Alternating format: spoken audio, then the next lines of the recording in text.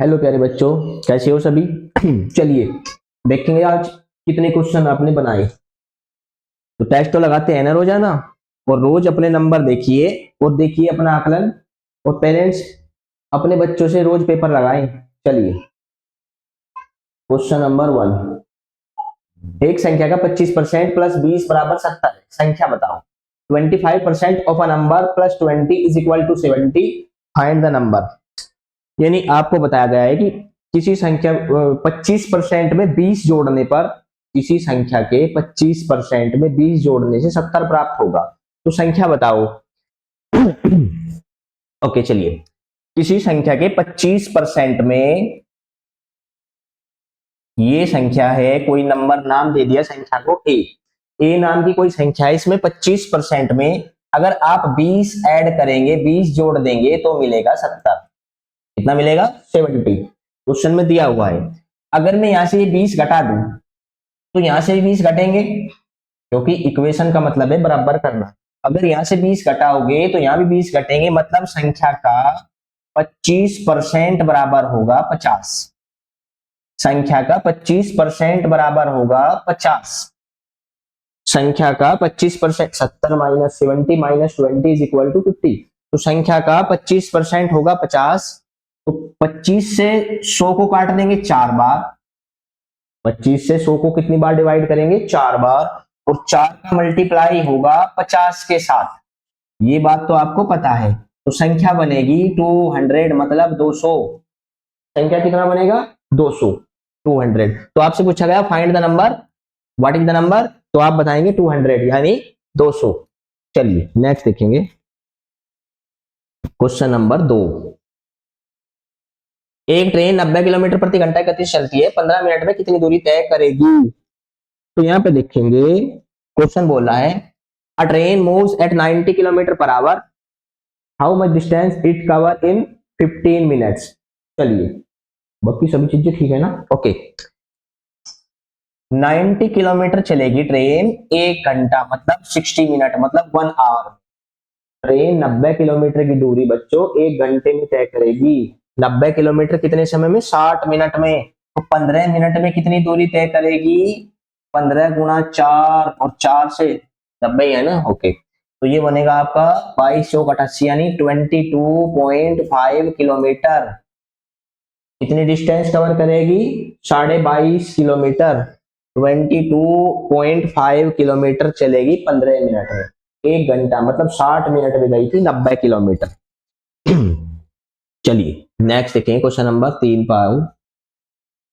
एक वस्तु को 1200 रुपए की है, पहले 10% और फिर 10% 2 बार डिस्काउंट दिया गया, अंतिम मूल्य क्या होगा? An item cost rupees 1200, successive discount of 10% and 10%, final price. कोई वस्तु है 1200 रुपए की है, उस पर पहले 10% डिस्काउंट दिया, फिर नेक्स्ट डिस्काउंट 10% दिया। इस बात को ध्यान रखेंगे कि 2 बार 10% डिस्काउंट 20% नहीं होगा। कि आप चाहेंगे कि डायरेक्ट 20% निकाल लेंगे, तो इसका मतलब ये टोटली गलत है। 10% डिस्काउंट पहले 100% पर होगा, फिर 10% डिस्काउंट अगले 90% पर होगा। यानी अगर इसे ऐसे भी समझेंगे, ये कुल का केवल 19% होगा। कभी कभी बड़े शोरूम में जाओगे तो वहां पे आपको 50% और 50% फ्लैट डिस्काउंट मिलेगा। तो ये 100% डिस्काउंट नहीं है, ये है 75% डिस्काउंट। ये कैसे कैलकुलेट करेंगे तो डिटेल में चीजें पढ़ेंगे तब देखेंगे। चलिए अभी के लिए ऐसे में बनेंगे, 10% डिस्काउंट हुआ, 100 रुपए की वस्तु को 90 में बेच दो, और फिर से 10% डिस्काउंट दो, 100 रुपए की वस्तु को 90 में बेच दो। ये थोड़ा अलग लेवल, एक्स्ट्रा लेवल की बातें हैं, डायरेक्ट क्लास में सीखना बहुत ही मुश्किल है। जब बिल्कुल बेसिक से चलेंगे, जब बिल्कुल बैच में चलेंगे तब जाके सीखेंगे। तो ये बनेगा 10 से 9, और ये बनेगा 10 से 9। देखो 100 को 90 लिखा, 10% डिस्काउंट, डायरेक्ट लिख सकते थे 10 से 9, लेकिन अभी आप नहीं लिख सकते, कुछ समय बाद लिखेंगे। फिर बनेगा 10 से 9, यानी 10 का मल्टीप्लाई 10 में करेंगे 100 बनेगा, 9 का मल्टीप्लाई 9 में करेंगे 81 बनेगा। यहाँ पे देखो 100 रुपए का माल पे कितना डिस्काउंट है? 10 20 नहीं हुआ, कितना हुआ? 19 हुआ। 100 में से 19 घटाओ 81 मिलेगा, वरना 100 में से 20 घटते 80 मिलता। ठीक है ना। तो यानी 1200 रुपए जिसका एमआरपी था ये 100% निकालना होगा 81%। तो कितना निकालना, 81%। तो 12 × 81, 12 × 81, 12 × 2 हासिल 1, 12 × 8 = 96 और 1 × 97, 972। तो क्या बनेगा 972। इसे दूसरे बच्चे कैसे करते कि भाई देखो 1200 का पहले 10% डिस्काउंट निकालते, दिखाई दे रहा है 1200 का 10% डिस्काउंट निकाल देंगे तो ये बनेगा 120। तो 1200 में से 120 घटाओगे तो ये बनेगा 1080। 1080 दो बार करना पड़ेगा आपको, एडवांस लेवल तक जाके सीखना। 1080 का फिर से 10% निकाल दोगे तो ये बनेगा 108, और 1080 में से 108 घटा दोगे तो जाके बचेगा 972। तो क्वेश्चन थोड़ा समय ज्यादा लेगा, यहाँ पे आपको पहले से पता लगेगा कुछ समय के बाद कि 10 और 10% का डिस्काउंट 19% होगा, 10 और 10% का प्रॉफिट 21% होगा, तभी भी 20 नहीं होगा।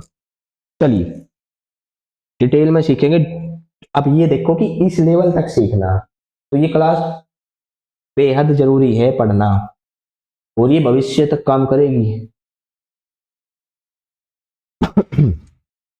15 मजदूर 12 दिन में काम करते हैं। कोई काम को 15 मजदूर अगर 12 दिन में काम करेंगे तो आप लिखेंगे 15 × 12।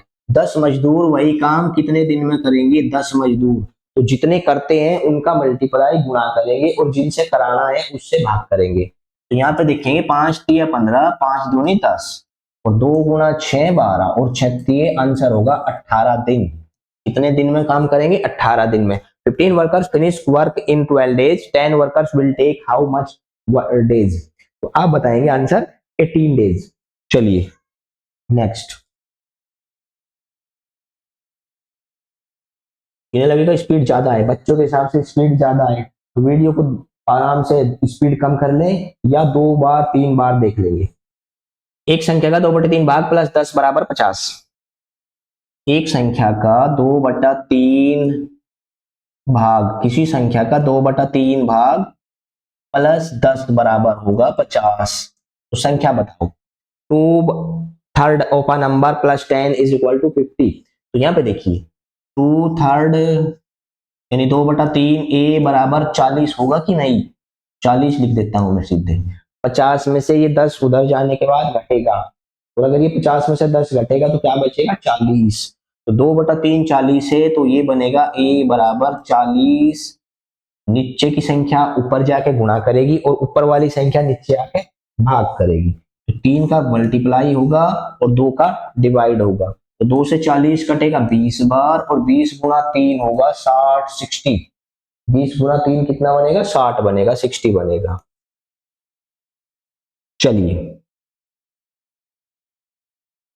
जो भी डाउट होंगे वो कमेंट बॉक्स में बता दें, ये डाउट है, स्पीड ऐसी है, ये चीज समझ नहीं आई, आगे से फिर उसी हिसाब से काम करेंगे और भी।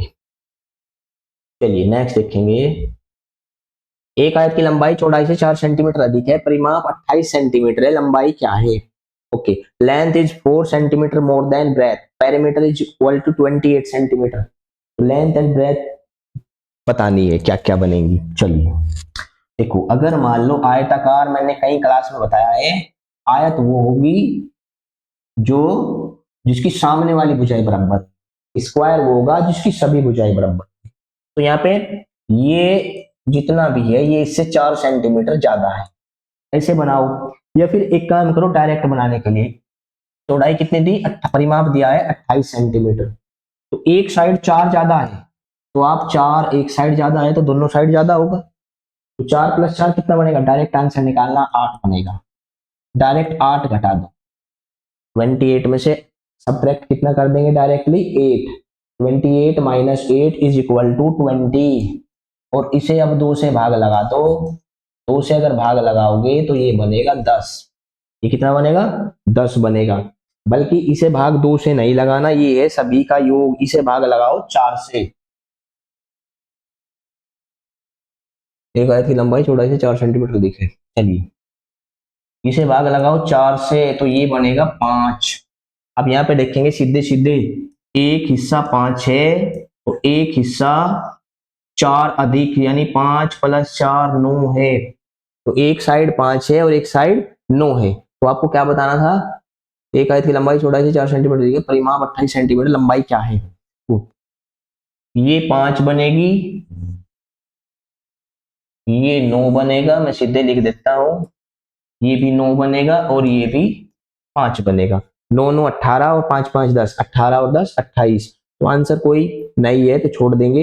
यानी लंबाई कितनी होगी, लंबाई 4 अधिक है तो लंबाई होगी 9 सेंटीमीटर। कितनी होगी, 9 सेंटीमीटर। चौड़ाई कितनी होगी, 5 सेंटीमीटर, क्योंकि ये क्या होगा, लंबाई से 4 सेंटीमीटर दिया हुआ था कम है।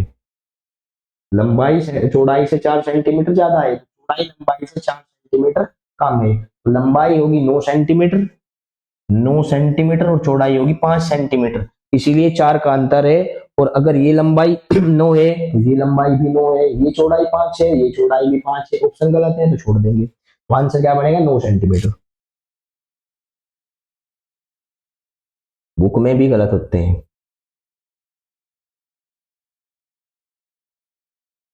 7 नंबर पे चलेंगे, 7वां ही है ना, अभी तो 6ठा था पिछला। एक वस्तु 500 में खरीदी और 20% हानि पर बेची गई, विक्रय मूल्य क्या होगा।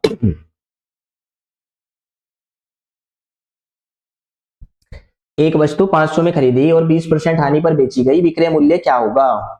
देखिए कुछ कला जैसा खराब है, 500 में खरीदी गई और 20% हानि पर बेची गई, तो यहां लिखेंगे 80%, क्योंकि आपने खरीदी 100% रेट से, 20% रेट कम कर दिए गए तो आप बेचेंगे 80%। 20% अगर लिखेंगे यहाँ पे फिर घटाना पड़ेगा, 80% लिखेंगे तो डायरेक्ट बेच दिया गया। 500 गुणा 80/100, तो 8 पंजे 40, मतलब 400 रुपए में ये वस्तु बेच दी गई। कितने बेच दी गई, 400। क्वेश्चन नंबर 8 नंबर, एक संख्या का 40% 80, उसी संख्या का 60% कितना होगा।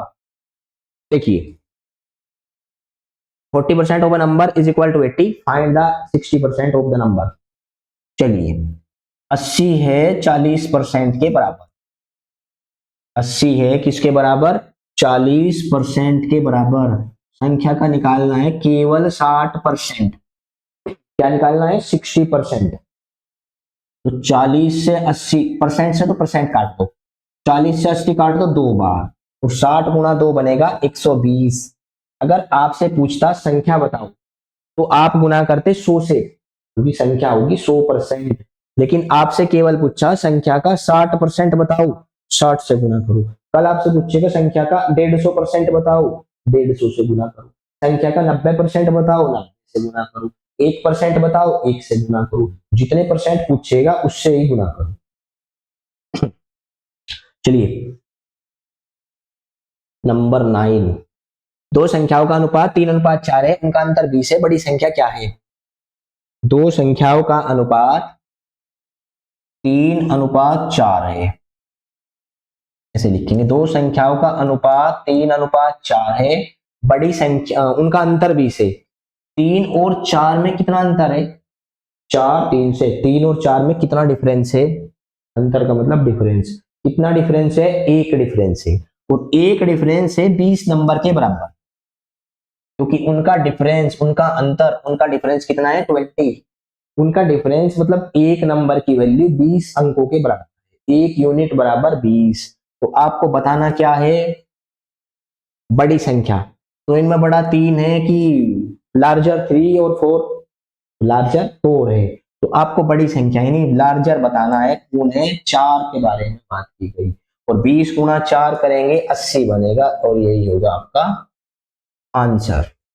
चलिए नेक्स्ट देखेंगे, लास्ट क्वेश्चन होगा आज का, ये 10 क्वेश्चन होते हैं। एक व्यक्ति 8 घंटे में 400 कमाता है, 12 घंटे में कितना कमाएगा। एक व्यक्ति 8 घंटे में 400 कमाता है, कितने अर्न करेगा, 400। कितने अर्न करता है, 400 अर्न करता है इन 8 आवर्स। 12 आवर्स में, 12 घंटे में वह कितना अर्न करेगा, 8 से कटेगा 50 बार, और 50 गुणा 12 बनेगा 600। 600 मतलब 600। तो कितना अर्न करेगा 12 घंटे में? 600। सी आंसर होगा 600। चलिए नेक्स्ट। तो मैथ के क्वेश्चन खत्म हुए, अभी जीएस के क्वेश्चन देखते हैं। चलिए, उत्तर प्रदेश का गठन किस वर्ष हुआ? यूपी कब बना? तो यूपी तो बहुत पुराना, पहले बहुत सारे राज्य अलग अलग थे। तो 1950 में यूपी का गठन हुआ था। 1950 में, 1950 में यूपी बना, उससे पहले था ये प्रोविंस, यूनाइटेड प्रोविंस। तो 1950 में यूपी का गठन हुआ। 24 जनवरी 1950 में यूपी का गठन हुआ, इसीलिए 24 जनवरी होगा यूपी का जन्म दिवस, यानी यूपी का बर्थडे। चलिए, यूपी दिवस, तो अगला क्वेश्चन यही है, यूपी दिवस कब मनाएंगे? तो 24 जनवरी में अगर यूपी का गठन हुआ होगा तो 24 जनवरी को ही यूपी दिवस मनाएंगे। उत्तर प्रदेश दिवस कब होगा? 24 जनवरी को। क्वेश्चन नंबर 13, आवाज सही होगी ना? ओके। उत्तर प्रदेश का पूर्ण नाम, यानी तो फिर तभी तो है कि उत्तर प्रदेश का गठन कब हुआ, फिर तो 1950 से पहले भी होना चाहिए था। तो पहले इसका नाम था यूनाइटेड प्रोविंस। क्या नाम था? United province. बहुत लंबा इतिहास है, अलग से इतिहास में पढ़ेंगे। अभी इसका नाम पढ़ लेंगे, 1937 से 1950 तक ये रहा था यूनाइटेड प्रोविंस। चलिए नंबर 14, कुशीनगर किस कारण प्रसिद्ध है? कुशीनगर, तो कुशीनगर प्रसिद्ध है, गौतम बुद्ध से जुड़ा हुआ नाम है, गौतम बुद्ध। और गौतम बुद्ध ने यहाँ पे प्राप्त किया था क्या? महापरिनिर्वाण। गौतम बुद्ध को क्या हुआ यहाँ पे? महापरिनिर्वाण। गौतम बुद्ध के बारे में पढ़ेंगे तब पता चलेगा, अभी केवल याद रखेंगे कुशीनगर गौतम बुद्ध के महापरिनिर्वाण के लिए प्रसिद्ध है। चंद्रशेखर आजाद, चंद्रशेखर को सभी जानते हैं, तो इन्हीं के नाम पे चंद्रशेखर आजाद पार्क कहाँ है? तो अभी है ये प्रयागराज, यानी पहले इलाहाबाद मिलेगा तो इलाहाबाद का नया नाम हुआ प्रयागराज, ये है प्रयागराज में चंद्रशेखर आजाद पार्क। यूपी का राज्य पक्षी, ये कई बार आ चुका क्वेश्चन, तो इसे याद रखेंगे, साइरस क्रेन। यूपी का राज्य पक्षी क्या है? Cyrus crane. फतेहपुर सीकरी का निर्माण कराने वाला है अकबर।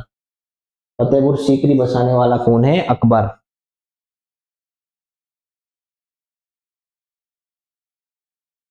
सबसे बड़ा राष्ट्रीय उद्यान, तो उत्तर प्रदेश का इसका उद्यान है सबसे बड़ा। यूपी का राष्ट्रीय उद्यान क्या है? ये है दुधवा, दुधवा नेशनल पार्क होगा ये, लखीमपुर खीरी में, दुधवा। संगम किन नदियों से मिलन है? तो संगम आपको पता है गंगा और यमुना, ऑप्शन नंबर 1 में है, गंगा यमुना का मिलन होगा संगम। कहाँ मिलेगा? ये प्रयागराज, पूर्व इलाहाबाद। यूपी हाईकोर्ट कहाँ मिलेगा? तो यूपी हाईकोर्ट भी मिलेगा आपको प्रयागराज में। कहाँ पे मिलेगा? यूपी कैपिटल है लखनऊ, लेकिन यूपी हाई कोर्ट है प्रयागराज, और इंडिया देश का सुप्रीम कोर्ट होगा दिल्ली में।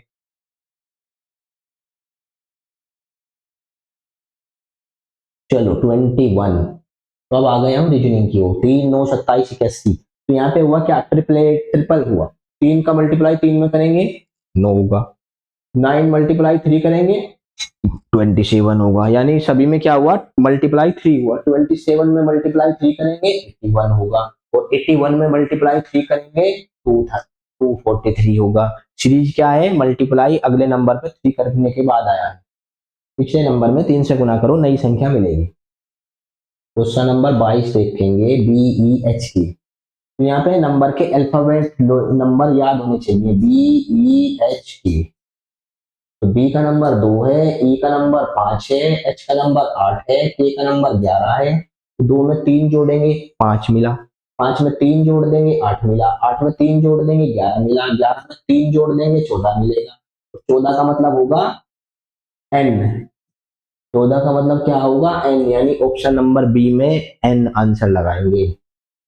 ऑप्शन नंबर बी सही है, जिसका एन उत्तर है। 23, if cat is equal to 24 then dog is equal to cat, CAT, cat. Cat की वैल्यू, सी की वैल्यू 3 है, ए की वैल्यू 1 है, टी की वैल्यू 20 है। नंबर याद होंगे तभी आप बताओगे।